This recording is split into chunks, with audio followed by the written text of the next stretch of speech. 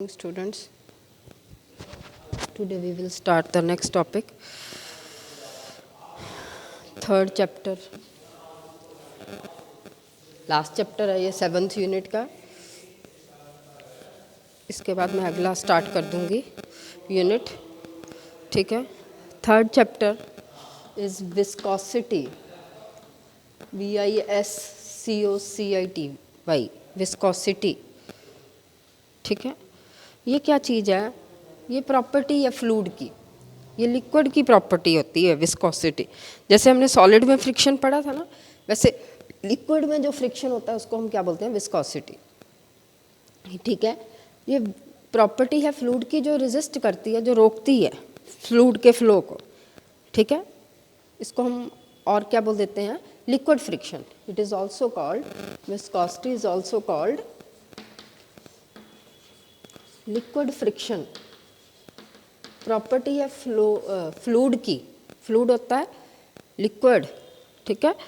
Solid plus gas. Fluid क्या चीज़ है? हम बोल रहे हैं फ्लूइड है. फ्लूइड क्या चीज़ है? Solid plus gas.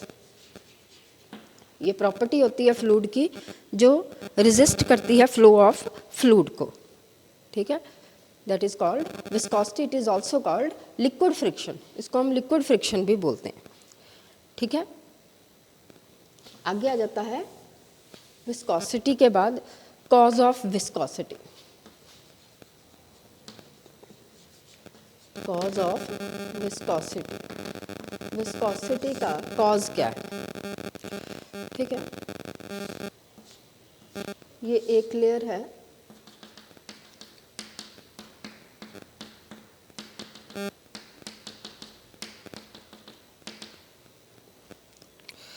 ठीक है.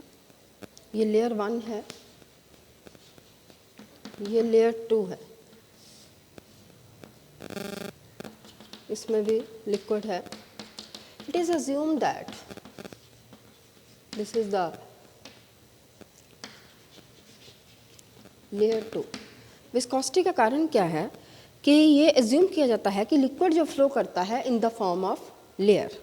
लेयर की फॉर्म में लिक्विड अपोज करता फ्लो करता है, और वन लेयर जो है वो दूसरी लेयर को, एक लेयर दूसरी लेयर को क्या करती है? अपोज करती है फ्लो के टाइम. ठीक है. The force with which one layer oppose the second layer is called viscous force.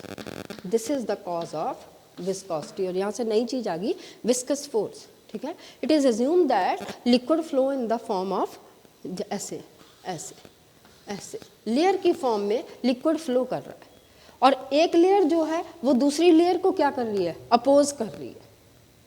ठीक है. ड्यूरिंग फ्लो के टाइम पे एक लेयर दूसरी लेयर को क्या करेगी? Oppose. The layer with which, ठीक है, the force with which one layer oppose the second layer is called viscous force. इसको हम क्या बोलेंगे? Viscous force. सो ये जो विस्कस फोर्स है, ठीक है, ये 3 फैक्टर्स पे डिपेंड करेगी. ठीक है. 2 फैक्टर्स पे डिपेंड करेगी विस्कस फोर्स जो है. ठीक है. एक विस्कस फोर्स को हम F से डिनोट करेंगे. एक तो ये एरिया ऑफ द लेयर पे डिपेंड करेगी, ए पे. ठीक है. Area of the contact of layer, जो एरिया लेयर के कॉन्टैक्ट में आता है. सेकेंड, विस्कस फोर्स की बात है तो ये वेलोसिटी ग्रेडियंट पे डिपेंड करेगी, that is dV/dx. Area of the contact, area of contact, ठीक है, of the layer.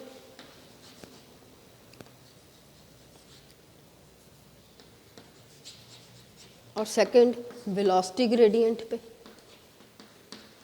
Viscous force जो है वो डिपेंड करेगी area of contact of layer, और सेकंड किस पे डिपेंड करेगी? वेलोसिटी ग्रेडियंट पे. ठीक है. सो जब हम इन दोनों इक्वेशंस को, this is the equation number 1 and this is the equation number 2, इन दोनों इक्वेशन को हम कंबाइन करेंगे, सो हमारे पास क्या आ जाएगा? F is directly proportional to A dV/dx. So F बराबर का sign some constant, that is eta A dV/dx. Eta क्या है? Where eta is the coefficient of viscosity. ये विस्कोसिटी का कोफिशिएंट है ईटा. ठीक है, माइनस का साइन आएगा, क्यों आएगा? क्योंकि वन लेयर क्या है, दूसरी लेयर को अपोज कर रही है। ठीक है, minus sign is due to opposing force, negative sign. So यहाँ से कोफिशिएंट ऑफ विस्कोसिटी निकाल लो। ठीक है, सो ये क्या आ जाएगा, eta is equal to minus F upon A D V by D X, unit poise eta के। ठीक है, डायमेंशंस आपने खुद फाइंड आउट कर लेनी है, पॉइज और डेका पॉइज होते हैं। ठीक है, ये मैंने बता दिया है, आगे आप खुद कर लेना, यूनिट्स मैंने बता दिए हैं। ठीक है, पॉइज एंड डेका पॉइज। इसके बाद बच्चे आपने खुद डायमेंशंस आपने खुद फाइंड आउट कर लेनी। ठीक है, कोफिशिएंट ऑफ विस्कोसिटी जो है इसको डिफाइन कैसे करेंगे? ठीक है, यूनिट्स आ जाएंगे poise and deca poise, POISC। ठीक है, डायमेंशन आपने फाइंड आउट कर लेनी है।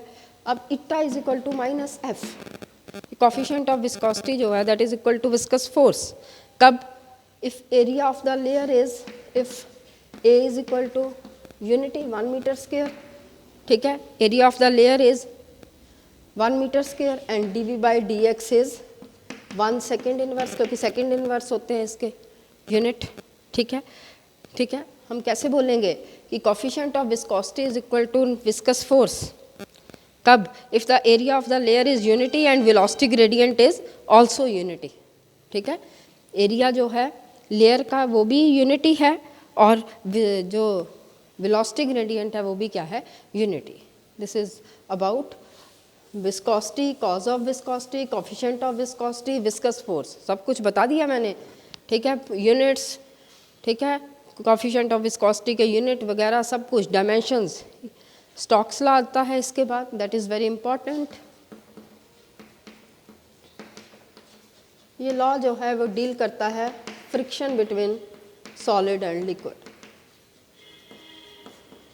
ठीक है, this law deals with the friction between solid and liquid. ये लॉ डील करेगा friction between solid and liquid. ठीक है, this is very important, Stokes law. ठीक है, फ्रिक्शन होती है सॉलिड और लिक्विड के बीच में। देखो एक कंटेनर है, ठीक है, वेसल है, पानी से भरा हुआ है सारा, लिक्विड से। ये वेसल है, इसके इस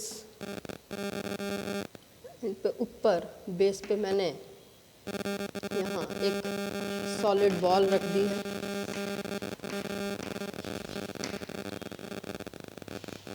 स्टील की बॉल रखी है या सॉलिड बॉल रखी है।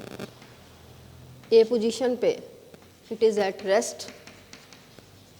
Eight rest means initial velocity is 0, u is equal to 0 और v इज इक्वल टू 0, कुछ भी मान लो, v is equal to 0। At rest position पे पड़ी है। ठीक है, जब ये लिक्विड के बीच में आएगी, मैंने यहाँ बी पॉइंट पे देखा, this one is B point. B point पे देखा तो इसने यूनिफॉर्म एक्सेलरेटेड मोशन लिया, एक्सेलरेशन तो आएगी। यहाँ पे मोशन कौन सा होएगा, यूनिफॉर्म एक्सेलरेटेड मोशन। ठीक है, अब इसकी वेलोसिटी होएगी that is at the this centre point v is maximum.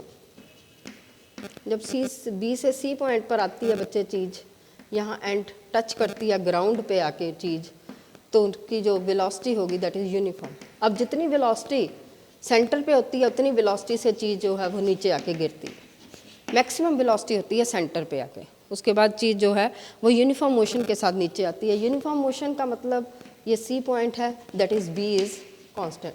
जितनी वेलोसिटी B पॉइंट पे थी उतनी वेलोसिटी आपकी क्या है, C पॉइंट पे होगी। एक सॉलिड बॉल है, एक स्टील की बॉल है। फर्स्टली ये रेस्ट पोजीशन पे है, ए पॉइंट पे रेस्ट पोजीशन पे है, वेलोसिटी 0 होगी। जब हमने इसको एकदम लिक्विड के बीच में फेंका, इसकी वेलोसिटी जो है वो इंक्रीज़ करेगी, यूनिफॉर्म एक्सेलरेटेड मोशन होएगा। सेंटर पे वेलोसिटी मैंने मेजर की, मैक्सिमम होती है सेंटर पे वेलोसिटी।